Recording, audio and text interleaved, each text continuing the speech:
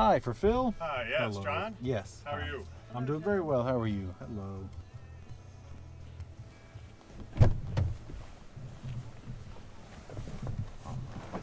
You having a good day? Oh, yeah, definitely. Cell phone charger's back there if you need one. Oh, okay. Oh, that's very kind of you. That's Thank very you. thoughtful.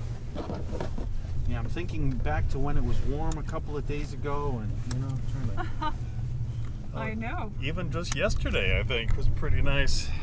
It was certainly, it was definitely better than today. Yeah. No, but yesterday it was raining and it was 50. Oh, yeah, you're right. I'm Yeah. thinking Saturday. You're right. Saturday was wonderful. Saturday was a very pretty day. Yeah, I live actually not far from here, and I went to the Andersonville Midsummer Fest on Saturday. I took my daughter. It was so nice. Oh, very good. Well, we do live in Chicago. Yeah. So this is not strange at all. Right, Nope. that's exactly it. I was telling a friend, I said, Chicago can't let you have 5 nice days in a row. No. It's not possible. No. Good point. Yeah, the best you get is 2 or 3. So If you're lucky. if you're lucky. You two from here originally? Well, neither of us originally. I know. But But- we've lived here for a while. Yeah, a long time. How about you? I'm from California, so Oh, that's my why I gosh. complained about the weather. I spent my misspent adolescence there. Oh, wonderful. What part of California? Orange County. Oh, nice. Okay, yeah. So I grew up in the North Bay area wine country, Uh-huh. and then I moved to LA for all of my 20s. Wow. Yeah, this phone number here, this cell phone is a 323 number. I'll never give it up. I'm still Aw. very much a LA person. Okay. Yeah. So what brought you two to Chicago then? Well, you go first. Yeah, All right. for me it was college. I've been here really since college. Mm-hmm. With a very small hiatus right after I graduated, I've really been in Chicago ever since. Oh, wow. Yeah, so that's quite a long time ago, Definitely. at least 40 years.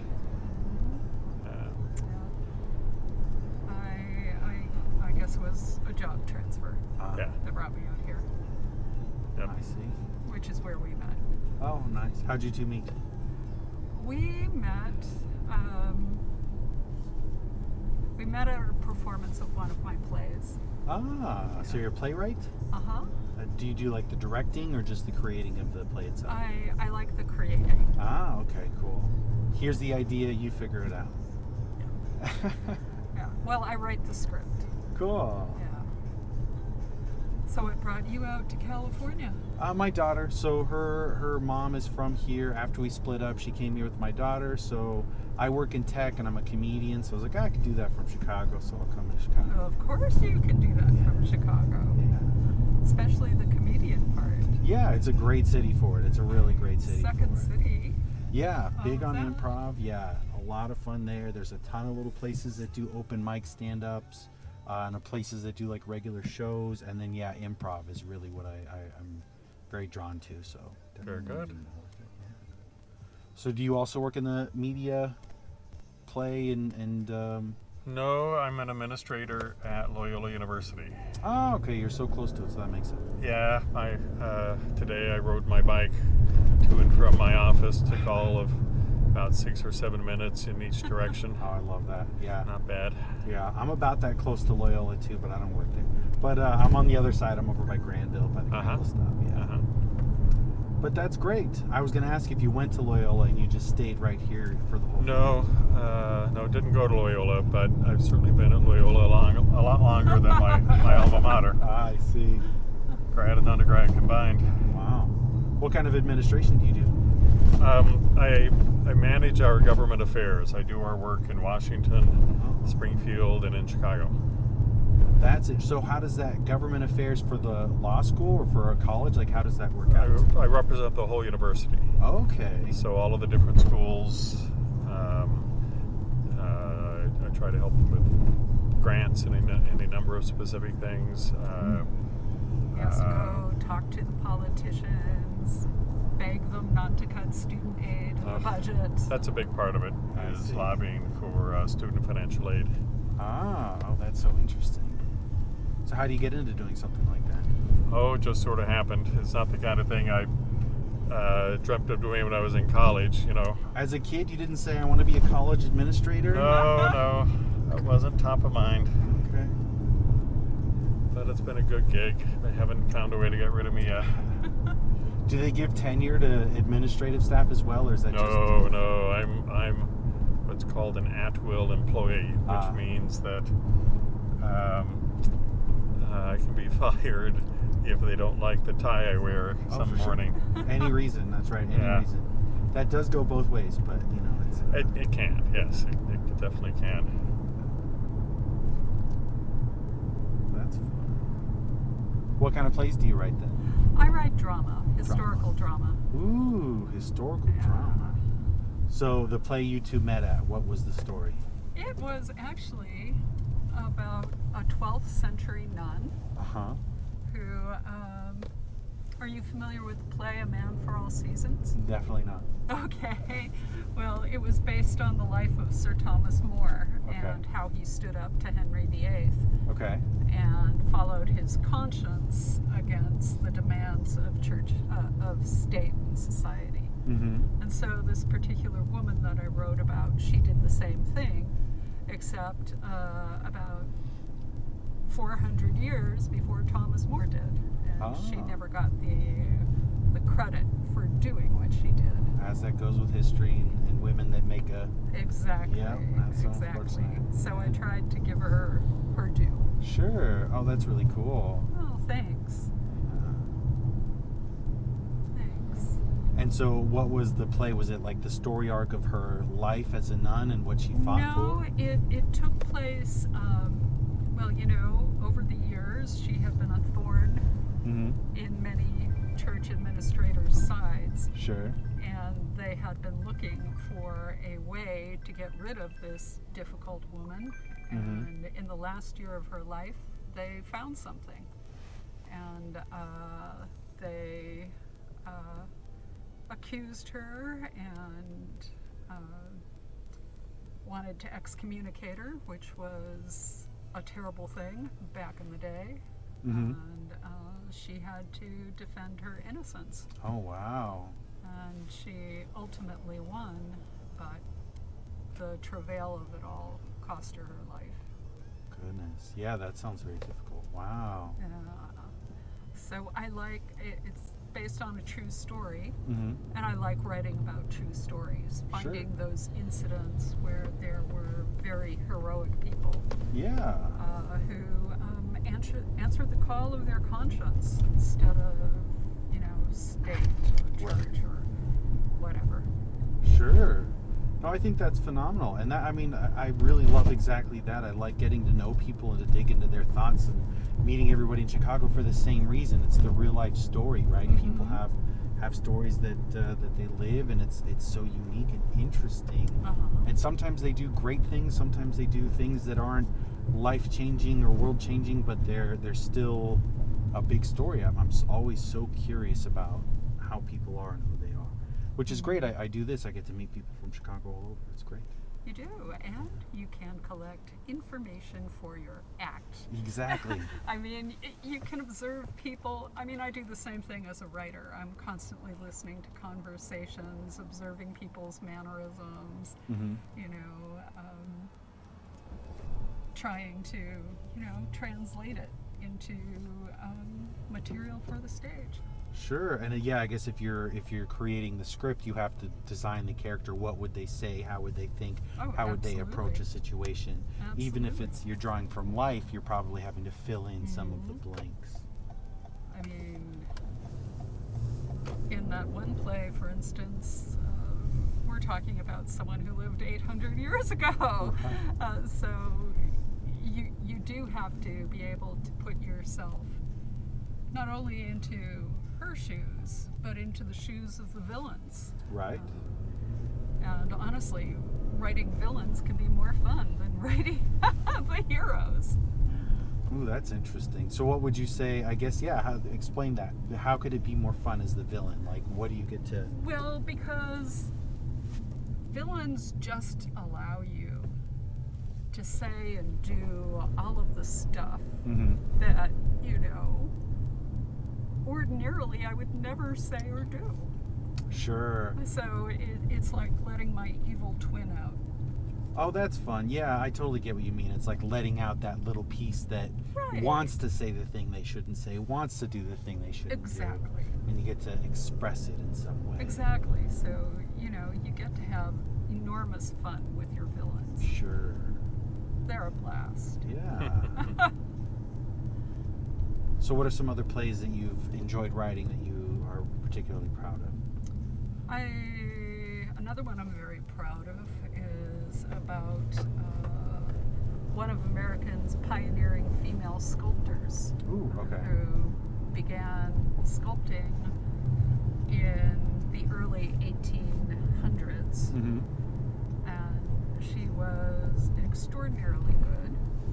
But the United States back in those days was very much anti-women doing Right. anything at a professional capacity. And if she really wanted to become truly great, she had no choice but to go to Italy and to Rome, where there was greater personal and professional freedom.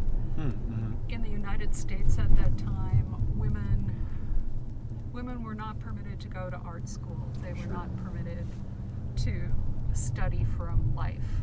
They were not permitted to go to a museum and sketch the works there. They just were completely constrained. Sure. So she went off to Italy, and she was apprenticed to one of America's premier sculptors who did the statue on top of the United States Capitol dome and did the Oh. carvings over the Senate porticos. And so he was really a hot shot. And Mhm. for him to take on this woman was a true vote of confidence in her ability. So she did really well there. Then her mentor died. Mm-hmm. She opened her own studio, which was quite daring of her. She started getting clients and doing really, really well. And do you know who the writer Nathaniel Hawthorne was? Not familiar with his work, no. He wrote The Scarlet Letter. Oh, okay. Maybe you might have seen a movie. Or I think of yeah, that. I remember that when I was a kid. Yeah. Yeah. Well, he was America's great literary lion at the time, Mm-hmm. and he agreed to sit for a bust for her. Oh, okay. And this was a huge coup. It would be like, who's a current celebrity, top celebrity? Denzel Washington, Okay. you know, saying, I'm going to give this woman the commission to sculpt me. Sure. So during the course of the sculpting, he became somewhat infatuated with her. Makes sense. I fall in love with my sculptors as well. Everybody does, Yeah. don't they? Yeah, of course. And meanwhile, there were only 3 female sculptors in Rome at the time, but there were lots of male artists. Mm-hmm. And they were jealous that she had gotten the celebrity contract. Mm-hmm. And so rumors started flying as a way to bring her down, Of course. that she was having an affair, that she was posing in the nude for American artists, none of which was true. Mm-hmm. But she became a social pariah, and Nathaniel Hawthorne, who was viewed as the conscience of America, Mm-hmm. and whose book is about, The Scarlet Letter is about, it's Northwestern graduation. Just saw people in robes Oh, is that walking today? by. Oh, that's fun. Oh, that's right, it is. And, well, he threw her to the wolves, Oh no, poor thing. Oh, and her gosh. career was ruined. Yeah. And she tried to stick it out in Italy for a while, but eventually she had no choice but to come home to America. And I found her story so compelling, you know, because the Me Too movement is alive and well in America right now. Yeah. And women's careers can be destroyed by powerful men Mm-hmm. in the blink of an eye. Yeah. And so, even though it was telling a true tale, it's still immensely relevant to today. Yeah. So there you have it. Oh, that's great. So do you try to find stories that are more with women in impact, making an impact? Is that kind of where you like to focus more on with your writing? Well, I've written about men too. Okay.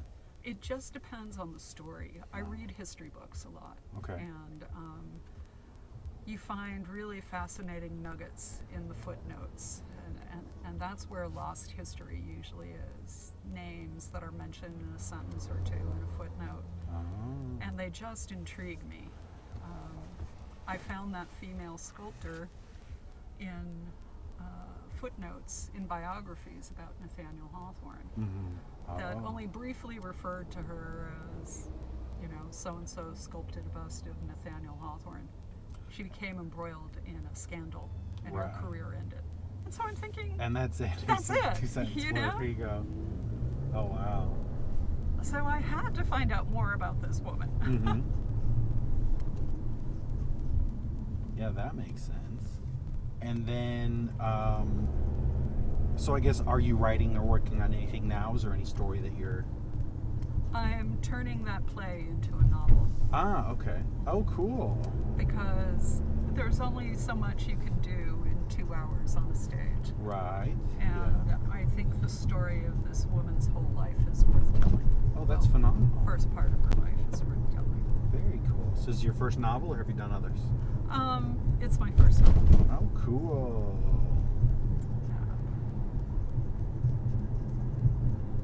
Yeah, comedy involves a lot of writing, but it's shorter. It's quick little blurbs to try and get a laugh. It's not something lengthy and detailed like a novel or a Right. script.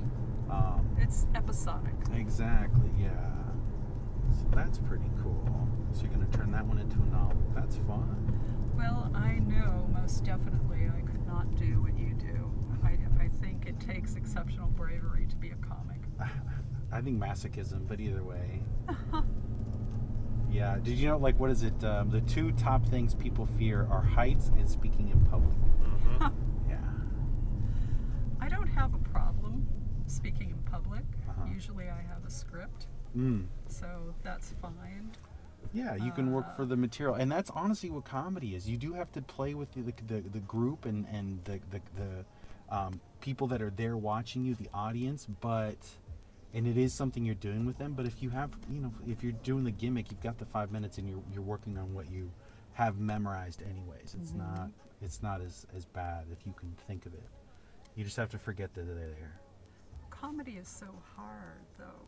I mean, it needs to be contemporary with current events and situations, and some nights you get that bad audience that just aren't with you, Sure. and that must be agonizing. Yeah, what's great is all the audience always isn't with me. I rarely get a laugh. It turns out I'm not funny, but it's great. Yeah, so you're right that you just have to go through those moments and try the thing that you've written and see if you can get a laugh, and then you have the tiny little nugget, and that's the one that you take with you, and then you come with more.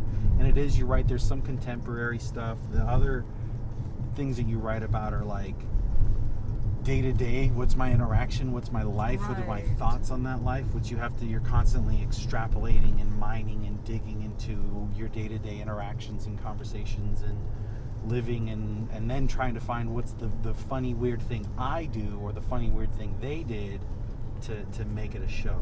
Yeah. And if you can find that funny thing that you did that other people do, that makes it so universal that they Exactly. can relate more deeply to it. Exactly. Yeah. Definitely takes a while. I'm just getting started, newish to it, so it's like, okay, this is going to take however long it takes to figure out and get, it's by minutes, right? You have 5 minutes, and it takes, a year to figure out 5 minutes that you can get a laugh anywhere you are, and then another 3 years to get 10 minutes and 15, and then you've got an hour, and that takes however long it takes. And then once you've got that hour and you've got it out there, you can, after a while, you do it so much that you hate doing it and you have to make a new hour. So it's the cycle, the process of doing that. Do you try your material out on your daughter first? Oh, definitely not. She's only 9. So Oh, I can't- okay. Yeah, no. No, I can't. Never mind. But so what I do is like, because I'm a single guy, I'll use like first dates as an opportunity to try some stuff out. So that usually works well. I don't get a second date, but I get to test out the comedy. Yeah. How long have you two been together? Going on 12 years. 12 years. Mm-hmm. Great. You two have kids together? Nope. Nope. Dual income, no kids. Good for you.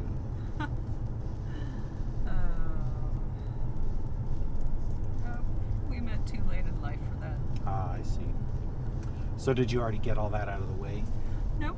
No. Never had children. Oh, that's so just time and money. Good for you. Mm-hmm. But good things come to those who wait. Oh, that's interesting. That's nice. Good to know. Yeah. So yeah, if I just keep waiting, eventually I'll meet somebody. Exactly. Yeah, that's Exactly.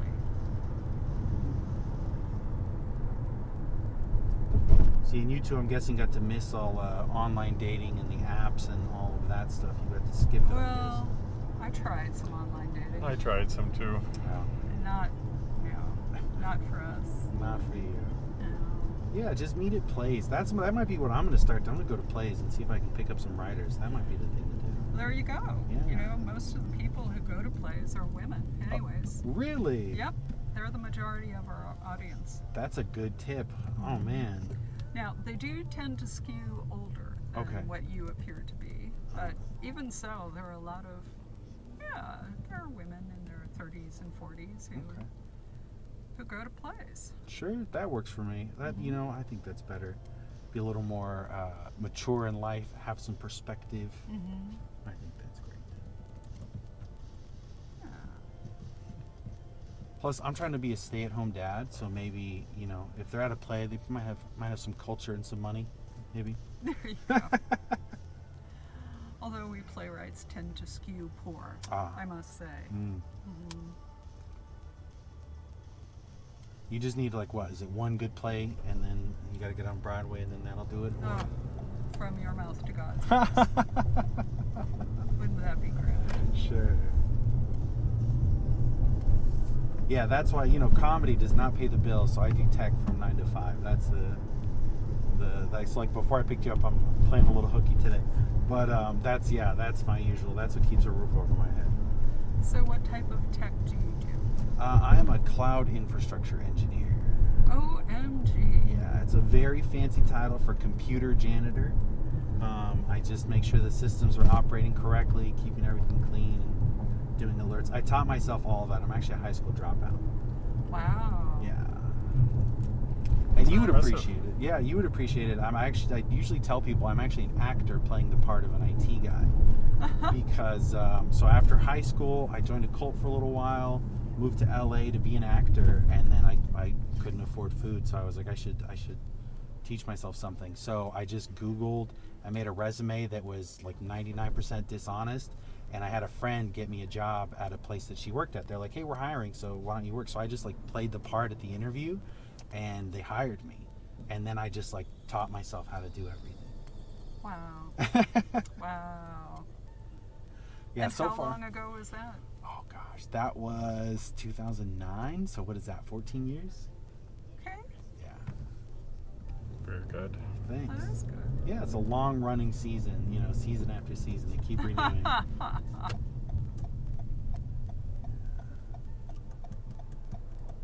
I do like technology. It's not like I make it all up completely, but it's the resume and the real me are two completely different things. Well, the resume must be closer to the truth now because you've been in the field.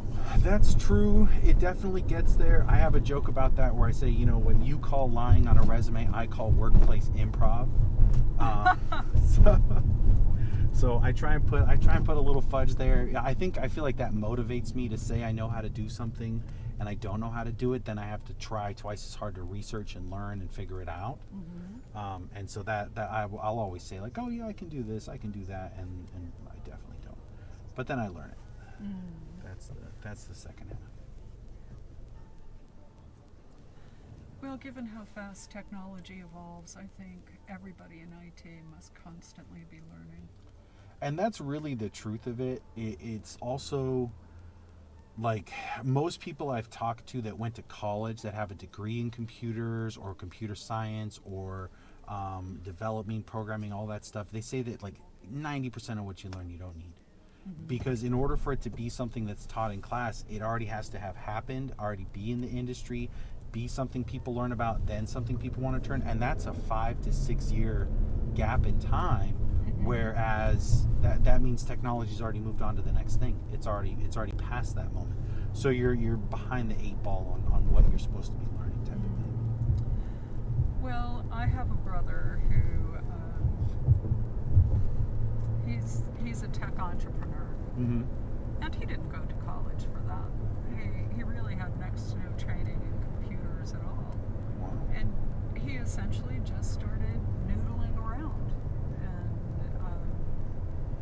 asking himself, well, what do people need? Yeah.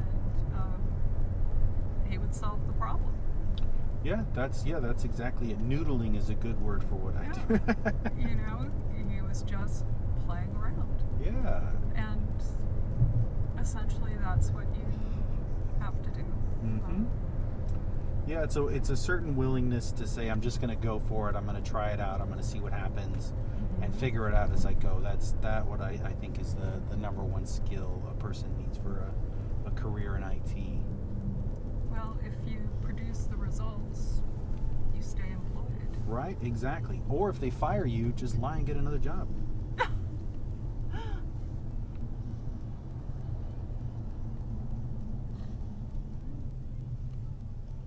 So it brings you to Waukegan today. Well, we're going to CarMax. CarMax. To look at some cars. We're not going all the way to Waukegan. Ah, okay. No, we're Yeah, I'm dropping you off at CarMax. All right. yeah. What type of car are you looking into getting? A Ford Fusion S. Ooh. That's cool. You have it defined. Ford Yes, Fusion is. Yes, we've looked around before. Okay. Our auto shop recommends it, which is a pretty fair recommendation for us. Why would they recommend the Ford Fusion if I was in the market for a new car? Well, just reliability. Great. Okay. Is the Ford Fusion, that's a midsize, right? Mm-hmm. Ford or sedan? Uh-huh. Okay. Nice. Yeah. That's great. And you have a little parking spot over where you're at? Off of an alley, yeah. Okay. Nice. It's not enclosed, but at least That's the best we can do at the moment. yeah, it's not bad. That's good. That's affordable. There we go. Is it included in the place you're at, or do you have to get separate? No, we rent It's separately. separate. Yeah, parking in that area and where I'm, because again, I'm not far from you. It's the same thing. It's a nightmare. And they keep putting up apartment complexes, but not giving Right. parking to people. So what ends up happening is street parking is usually what it is, and you've got to circle the neighborhood to find something, or you have to pay for a spot. Exactly.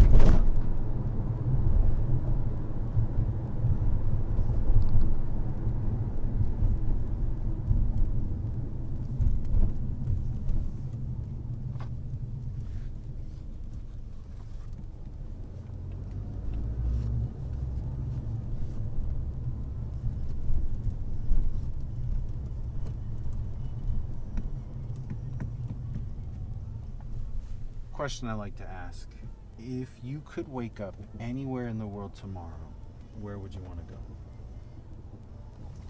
You go first, Eddie. I don't care as long as you're with me. I can't top that. Can't top He's that. smart. Don't travel anywhere. Save Yes. money. Good for you. He knows what he's done. So where would you go?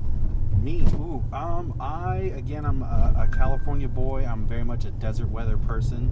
So I would love to go anywhere warm, that's like warm all year round, like close to the equator. I'd love to see South America. I'd love to see like the Southeast Asia, where it's like really hot and humid. Like any place that's very foreign to what we have here in America, I would love to see. Would you want to live there or just see it? I would say both. I would love to live there. I would love to see it. I had an idea for a show a while ago called Citizen of the World, where it's a travel show, but instead of a traveling where you go and see a place and then go on to the next day, you live there for like 90 days and see what it's like to actually live there. Where do you do laundry? What's the public transport? How do you find jobs? You know, where do you live? How do you rent? What's the whole process? I feel like you get more out of an area from that way, and I'm always fascinated by exactly that. So I would love to live there. I have a daughter, so I can't, which is like a problem. But you know, that's the other thing. So you know, maybe when she's 18, I'll start doing exactly that.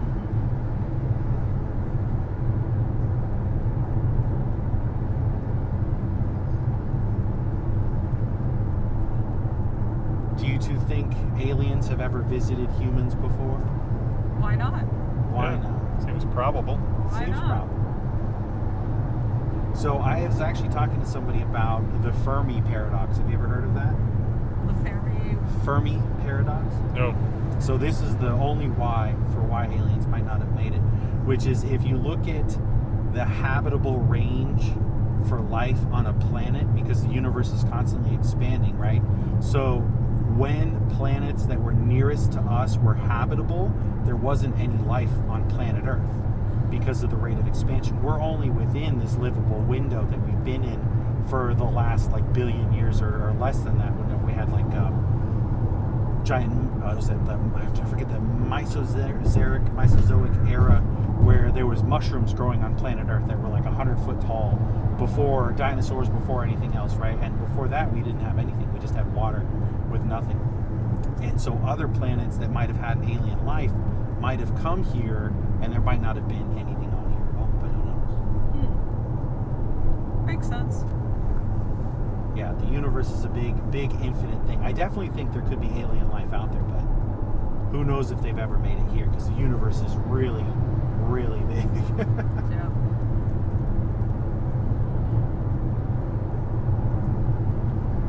Frankly, at the moment, I wouldn't welcome them right now. No, you think no aliens? No, I think no. I'm sure you're familiar with the movie Close Encounters. Oh, absolutely. So the scientific advisor that Spielberg used was a professor at Northwestern, where I went to school. He also had been in charge of the first time the federal government really looked seriously into what were then called UFOs. It was called Project Blue Book. Okay. And he was responsible for it, and he's also the one who developed the classification: first encounters of the first encounters of the second, close encounters of the third kind. He developed that. His name was J. Allen Hynek, and he looked into every report and interviewed people, and his team interviewed people, and at the very end, his conclusion was, there's a lot that we honestly just can't explain. Most of them they could, weather balloons, meteors, whatever.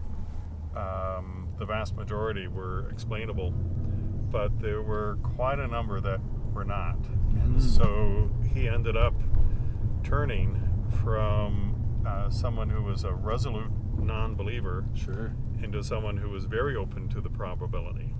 Interesting. And at one point during the course of filming the movie, he went up to Spielberg and said, "Hey, how about you give me one of these sort of Hitchcock-like cameos where I'm just kind of a shot on screen or something?" And Spielberg, "Yeah, sure, we can do that." So when they're on Devil's Tower and all the alien ships are buzzing around and all the people on the ground are looking up in awe, at one point you see this very, very academic-looking guy in a white beard, stroking his beard, putting a pipe in his mouth, looking upwards, and that's Hynek on screen for 5.6 seconds. I'm very proud of it. Yeah, I bet. Oh, that's so fun. And he invented the Close Encounters variations. Yeah, classifications. Yeah, I forget them exactly. Close Encounters of the first kind were lights, basically, lights in the sky. Okay. I forget exactly what the second encounter was, and then third encounter was what you experienced there in the movie, where there's reported contact Sure. with someone that the person believes to be an extraterrestrial. Right, up close interactions, communications, and Something, yeah. like that. Oh, that's interesting. Kind of cool. Yeah. See, now I wonder if there's like a fourth or fifth kind. Maybe we just haven't got like fourth is like I am actually an alien. That's me. You never know. There are some people I wonder about. Right? Yeah. Yeah, some people just seem so strange. But I They think, do. right? But then I think there's like, what, 7.9 billion humans on Earth? And I think all of them are uniquely different in some way. So there's bound to be those levels of weirdness in them. They are among us. Be pretty dull if there weren't. Yeah, exactly. It's a great way to put it.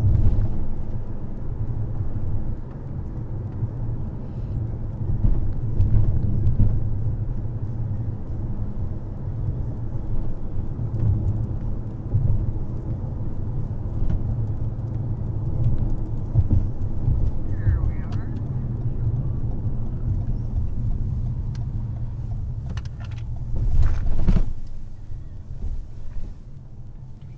Turn right here. Well, thank you so much. Yeah, you're I've very enjoyed welcome. talking with you. Yeah, it was so appreciate it. great. Thank you too. So I'm gonna drop you off here at the. Oh, That's great. perfect. And Great. have a great evening. Hey, thanks, Good luck you with too. your comedy career. Thanks. Yes. I'm gonna need it. Thank you. Thank you. You have a purse? You have everything, honey? I have everything. Okay. Thank you, Thank John. you. You're welcome. Thank you. Have a great evening. You too. Thank you.